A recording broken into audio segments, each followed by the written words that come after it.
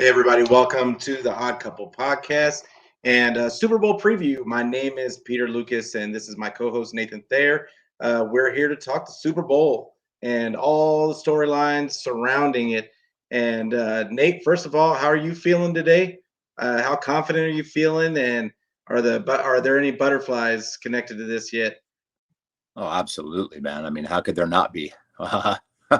This isn't like it's a regular occurrence that the old blue and gold is playing on Super Bowl Sunday. So yeah, I mean, I think this one means a little more because it's in Los Angeles, and I want to see that banner with Los Angeles on it. I mean, I think that's why I told you last week that a couple of weeks ago that beating the Niners in that game to me felt bigger than even winning. And I know the Rams went to the Super Bowl a couple of years ago, yada yada, but there was a bunch of mess around that. There was the PI call. Then they went in and laid an absolute egg. I mean, they were horrific in every way in that game, besides defensively. And this one just felt a little different. And but yeah, of course, there's absolutely nerves. The Bengals have gone in and knocked off the 1 and 2 seeds in the AFC on the road, which should not be taken lightly by any means, which just goes to show you that a home game doesn't mean a damn thing in this. So, do I think the Rams will win? I think, yes, I do. I mean, if they go out and play their game, they're going to win. I mean, the Bengals are, like I said, I think last time we talked that defense is kind of sneaky good. There's no real superstars on it, but they got some guys that can play.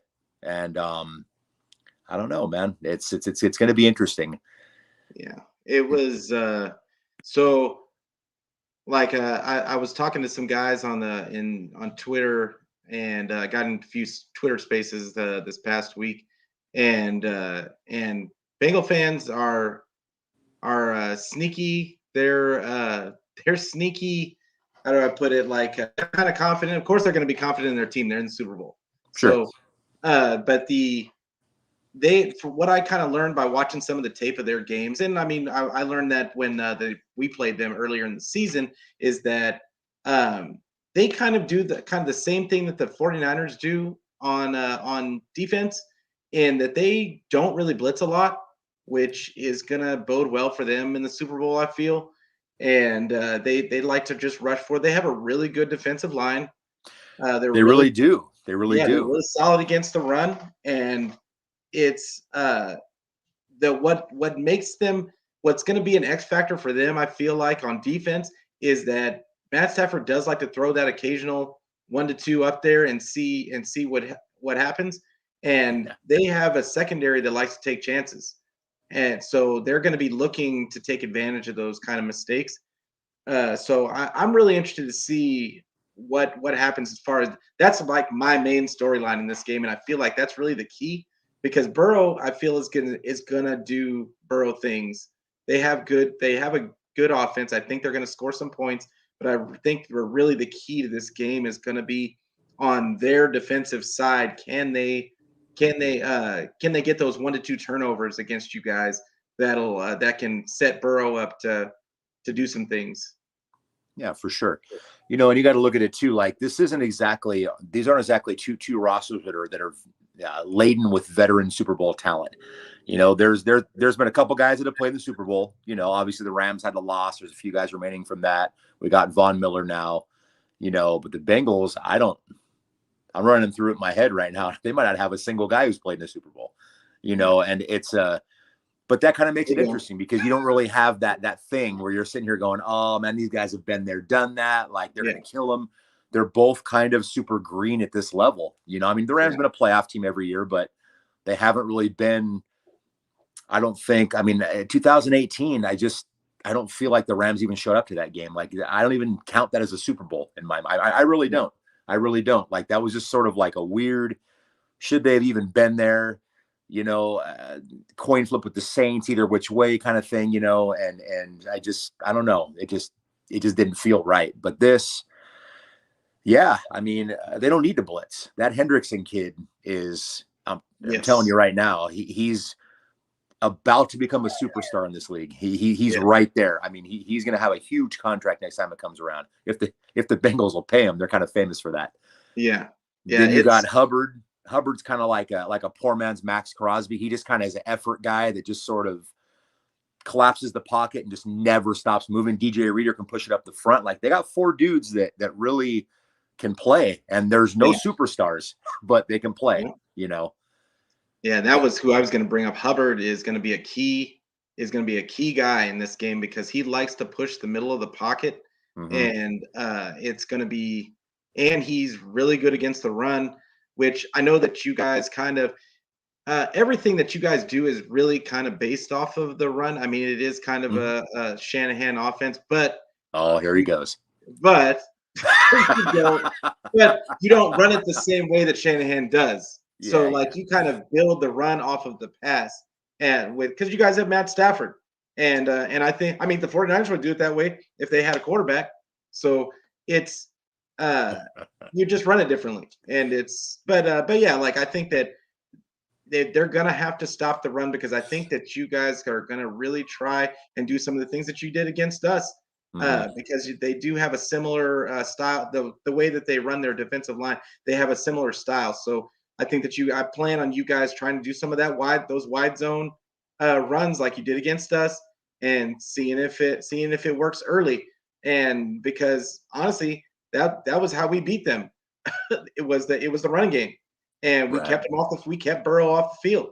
So it's and your defense is good enough to stay with everybody. And you got Aaron Donald. He's going to be amped up. He's going to be amped up because this is his second shot at it. And he was at the end of the game. I don't know if you saw it or not. At the end of the game again in the NFC Championship game, he was pointing to his finger, like talking to all his guys on the sideline, saying like, "This is our shot. Like, I want this shot at the ring." And like, yeah, I mean, I think he has a good shot at it. It's going to be a really good matchup. I'm really looking forward to it. And what was funny though, and I wonder if you want to speak to this, is there wasn't a lot of hype all week. Like on ESPN, they were talking about Aaron Rodgers and Brady and all this other stuff, but they really weren't focusing on the Super Bowl like in years past. I thought that was just weird. I don't know how you felt about it. Because there's no superstar. Well, because there's no offensive superstars in it. Look, dude, this is the NFL, and the NFL is about selling jerseys. The NFL is about selling hype. There's no Brady in this one. There's no Rodgers. There's no Drew Brees. The only first ballot Hall of Famer in this game right now. Well, there's 2, AD, and then Von Miller will be, obviously, but he's on the back 9 of his career. And, this is not that's what I was saying. This is not a superstar laden. There's a lot of young talent in this thing. Cooper Kupp has had a couple really solid years, and then this year, obviously, went off the Richter scale. I know I spoke last time we talked about that receiving core they have in Cincinnati. Jamar Chase gets all the hype, but I'm telling you right now, there are 32 teams that would take T. Higgins or Tyler Boyd in their roster right now. Sorry, 31 teams that would take them right now. So I would. Yeah, if there was a 30-second, even with what we got, I'd take either one of those guys. So yeah, like T. Higgins, he'd be a number 1 I think on most of the teams, an up and coming number 1 at the very least. So yeah, I think they have an out, and then their running backs, like they have I can't place his name right now, but like their running backs are really good. They got P. Ryan, who's kind of an underrated receiving back. But what I really saw when I watched the tape was that they really like to do they do kind of what you guys do. They set up the run with the pass. They want to pass. Burrow is going to throw the ball 40 times in this game. And then the running back's probably going to get maybe 20 carries. Because that's what they like to keep you off balance. Yeah.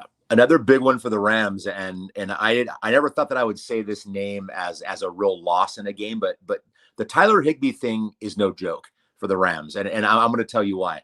He does all the little things. I know we're in a generation now where you got the Kels and the Waller and the Andrews, and you got your boy 85 over there. These 90 catch, 1,400 yard, 17 touchdown tight ends, and Higbee's not one of them. Higbee's a little more like the guys we grew up watching.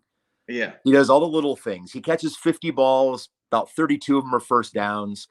He blocks. He does all the little things. He's not big and flashy, but that's a big one. I mean, if you go back and you watch, especially from December on, you watch a lot of the Rams first down, and 89's grabbing it. And that's not a small loss for them. And it's something I'm definitely going to be watching as a factor, when it is 3rd and 4, when it is 3rd and 5, those are the moments that Higbee really shines. And I don't know who that guy's going to be. We don't have another tight end that anybody can name if you're not a hardcore Rams fan. So, we got that Blanton kid playing a little bit. I think they might be bringing up, God, I can't even think of his name. That's how small of a role these guys play behind Higbee, ever since Everett left to Seattle last year. So is that where they got Everett from? I didn't know that that's where they got Everett from. I was trying to figure out where that guy came from because, he just killed us both games this season. But yeah, you guys could have used him today. That's for sure. Yeah, that's right. Gerald Everett was one of those guys like Ebukam, who you got from us. I used to call him 3-game Sam. 3 games a year, he would have 2.5 sacks, cause 2 fumbles, and score a touchdown. 3 games a year, and the other 13, you didn't even know was on the field. And that was Gerald Everett. On tight end.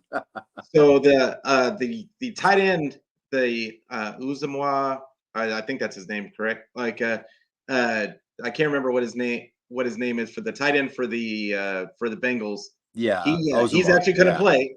Yeah, he's actually going to play. And I didn't think he was going to play for this game, but they said he's going to play, and that might be a real sneaky piece for them. I mean, they just got so many good guys on offense. It really comes down to, can their offensive line give Burrow 2 seconds to throw? Right. I mean, Dude, the Bengals aren't here by accident, bro. The Bengals are not here by accident. This is a good football team. This is a good football team. I mean, all it took was a full year of Burrow healthy. Yeah. And Mixon finally living up to 16 games of the potential he's flashed us for the last 4 or 5 years. Yeah. And like I said, Boyd and Higgins, if you watch the Bengals play, nobody's shocked by them. They just add in a crazy third guy who wound up being, obviously offensive rookie of the year. But I don't know, man. Yeah, really, I see a tough game. I mean, barring somebody getting a little caught in the too big for the moment thing, not too big of a moment for them thing. And really just having a major choke. I really see this being a 4th quarter game. As much as I'd love to see the Rams walk through them, I don't think it's going to happen. And I don't think it'll happen the other way either. I can't remember the last time we had a blowout in the Super Bowl. I can't remember the last time we had one. So I mean, I expect all these games to go down to the wire, and I think that's the way the NFL likes it.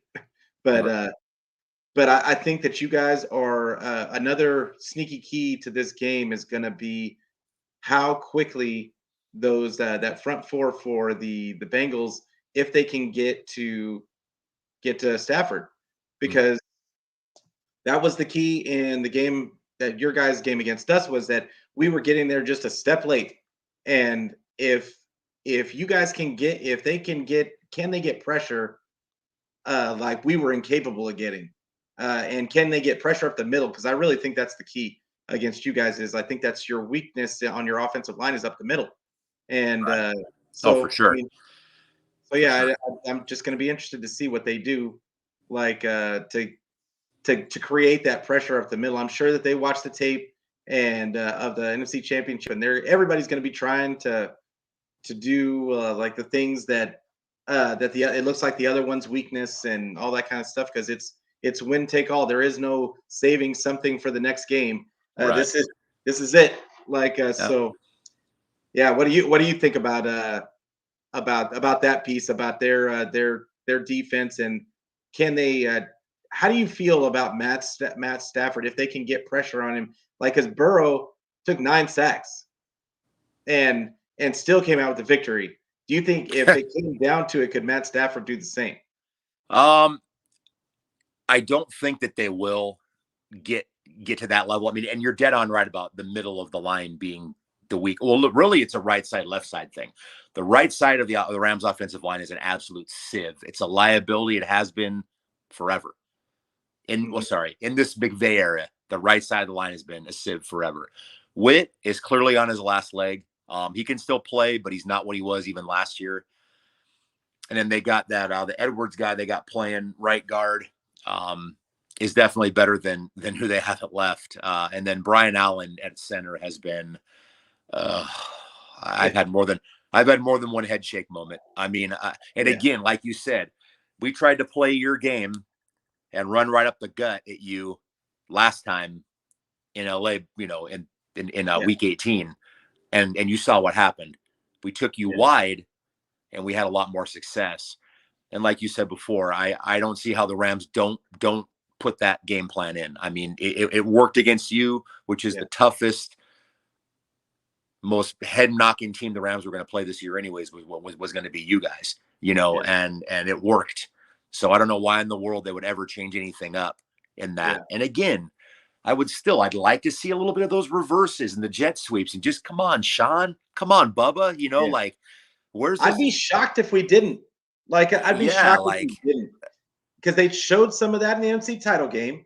Okay, so that should be in your game plan at this point. In my mind, that was some of that wide zone stuff. You guys had the personnel for it, and you ran it. If you ran it against us, and granted, we weren't ready for it. But if you could run it against us, you probably can run it against anybody. Sure. So no, I would agree 100%. There's no front seven that scares me any more than yours. Yeah. I mean, really, we played the other best one, Tampa Bay, the week before that. Yeah. So it's really back-to-back games, we got the best front sevens we could have faced. And we were killing Tampa, then had a meltdown. But then obviously we had that head knocker with you guys. But I mean, like I said, if the Rams come out and do what they can do, they're going to win the football game. If they get inside their heads, I mean, that's the only way that I really see Cincinnati winning this game. I think it's going to be a fourth quarter game, but I think that we have the edge if we're playing our game. I just like what we do a little better, as much as I love what the Bengals have done. And like I said, Zach Taylor's a Nebraska guy, Nebraska quarterback. I got a ton of love. If they were playing anybody else, I would be full. I mean, not even just you. If they were playing anybody else, I'd be orange and black all day long. It's only because they're playing us that I'm not backing 100% the Bengals in this game. But I don't know. How do you see it? What do you got? I mean, my heart says to go Bengals 21-17, but my brain is telling me 21-17 Rams. Yeah. That's just, I just think that it's too much Cooper Kupp. Cooper Kupp's going to get his, and then you've got, and then I feel like OBJ is. I feel like he has turned that corner and become a true complementary piece to Cooper Kupp to the point to where he can take the roof off if 100%. And I think that McVay found a few things like I said, in the game, in the NFC title game, that I expect him to use in this game. I would be disappointed if he didn't. Even if they won, I feel like if he didn't use those things going forward, I would be disappointed. Right. I'm gonna go 30-24 Rams. And the reason why is because we have at least 2 to 3 drives a game where we move the ball right on the field and they get stopped inside the 10 or inside the 15. So I'm going to put definitely a couple of 2 to 3 field goals on the board for this one. So I'm going to go 30-24 Rams. And then the Bengals get the ball with about $1:15, and we got to sit and sweat and hang onto our friggin' couch and, and bleed from the fingernails, wondering what's going to happen with this last possession. And then we win it by 6. Yeah. It always just has a way of, I feel like the Super Bowl just always has a way of, there's going to be some controversial calls. We know that, so be expecting that. I mean, if we were calling it right down the middle, I could see, but there's always some special play or some special thing happening that creates controversy about Super Bowl and about what's on it. And it could have gone either way. And I'm hoping those things happen for the Bengals selfishly, because I want of course you do to lose. Yeah. But You know what though, man? It is what it is. But then again, remember, there's no Tom, there's no Mahomes, No, there's no front page commercial making superstar in this game. So maybe we unless actually get a reasonably officiated Super Bowl. Wouldn't that be fantastic? We don't have to it see any would. Michael Jordan calls in this game, maybe. You know what I'm saying? Maybe we just got to see two teams go at each other. I mean, look, they may blow natural calls because refs are going to blow natural calls anyways. Yeah. They do that in week 3. They do it in week 12. They do it in week 17. They do it in the wild card game every other week. But maybe we'll actually get to see, because there is no superstar factor, at least offensively, where, you know what I'm saying? Like I mean, and I know me and you've been at each other for years about Tom Brady, dude, this guy and his freaking calls. And I mean, this is the thing. Hey, Jordan got him. Yeah, I mean, Jordan got it, but I mean, Jordan, you couldn't, and I hated Jordan. It was, I was a Magic fan, and of course, me too. And it ripped my heart out when Magic had to go up against that Bulls team, and he didn't have anybody. Everybody went down. But yeah, no, I hear you, man. But yeah, I just, don't sleep on them trying to make Joe Burrow the next one. Like, because Brady's out, and for Joe Burrow to come in and he's the same, not really the same immobile guy that Tom Brady is, but the kid is clutch, and yeah, don't put it past the league to try and make a new face. And who wouldn't think it would be the Bengals, but still, like, I wouldn't be surprised. I wouldn't be surprised if there was a couple of roughing the passer calls going either way. It could be either way, because neither one of these guys is running 4.40s. So. No. I mean, actually, Burrow's actually kind of sneaky escapable. I mean, I think his last year at LSU ran for like 450 yards his senior year at LSU. I mean, obviously after the knee injury, I'm sure Taylor's like, dude, don't do it. Unless you got a clean path to slide, do not run.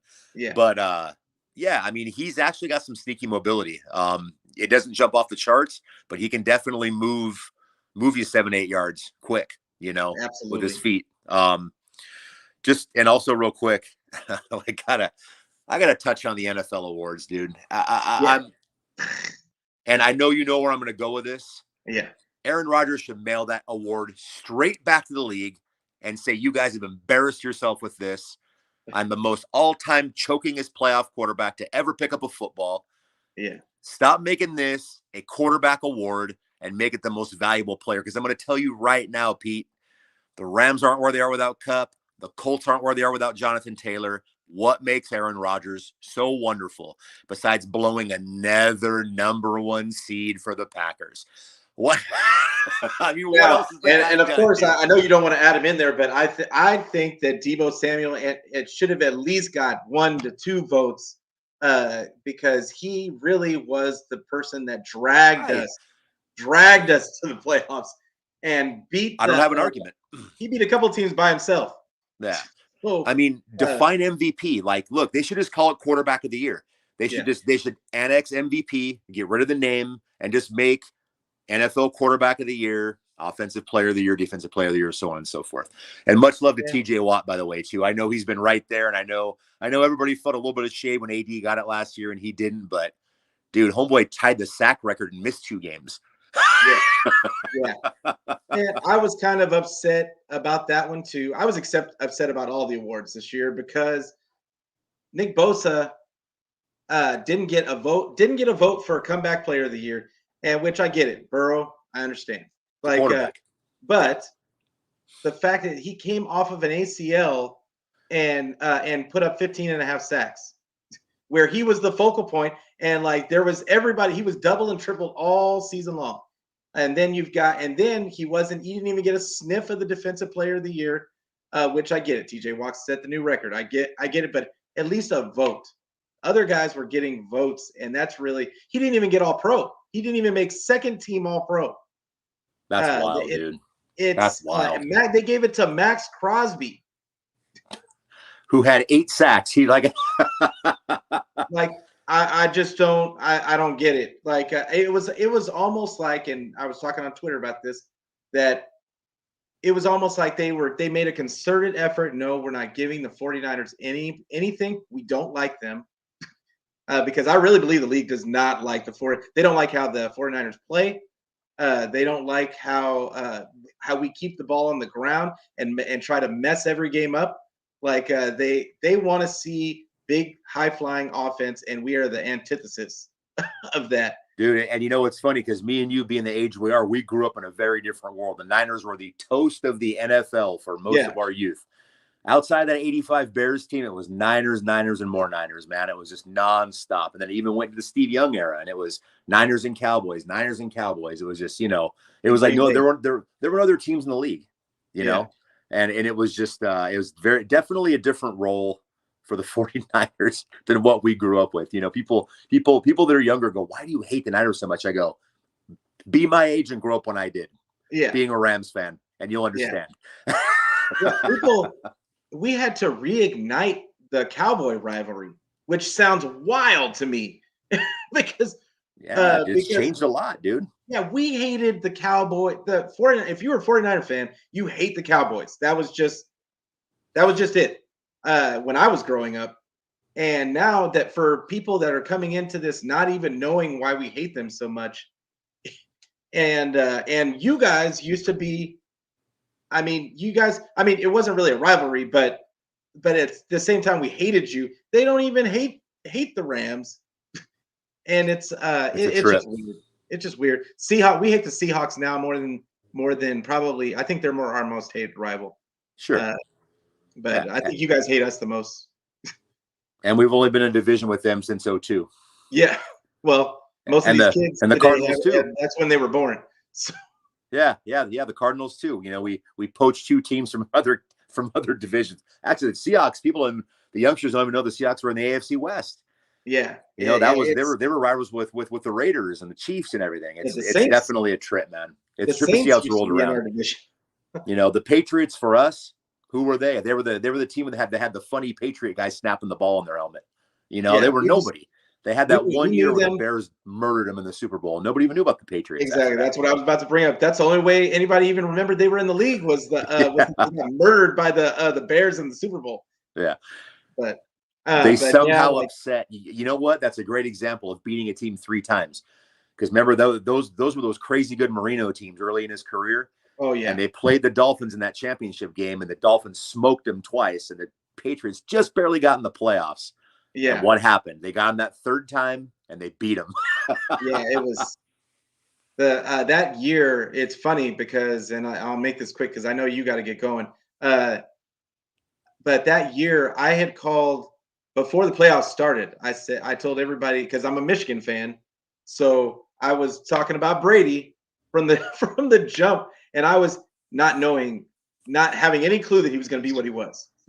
I was just it was just blind fandom, being a Michigan fan, saying, hey, watch out for this kid Brady. He's winning games, much like Jimmy Garoppolo, and he's winning games. And then every game in the playoff, I'm like, watch out, Brady's going to take him home. Brady's going to take him home. You watch. Everybody calling me crazy. And then when they got into the Super Bowl, I was shocked that they were there. But then I put a bet down on for them on the Super Bowl, not thinking that they were going to win it all. And yeah, nobody saw that game coming, dude. But least of all me. Yeah, good times. And I think it's going to be a great game tomorrow. I know you're excited about it, and I know I as much as lackluster as the coverage has been, I'm really excited about the Super Bowl because. Then draft season can get into full swing, and I can start really thinking about my what the 49ers are going to look like next season. Right. But I think for just the common fan who's watching the game, it's different. It's something different. You know what I mean? Like, again, there's no Chiefs. Because me and you both agree the AFC has been a dead ass conference for at least 20 years. There have been 3 or 4 teams that have any relevance at all in that conference.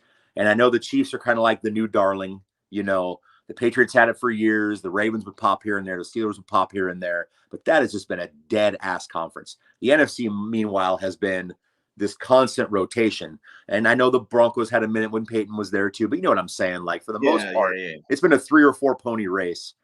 And, because even Peyton's Colts teams constantly lost in the playoffs,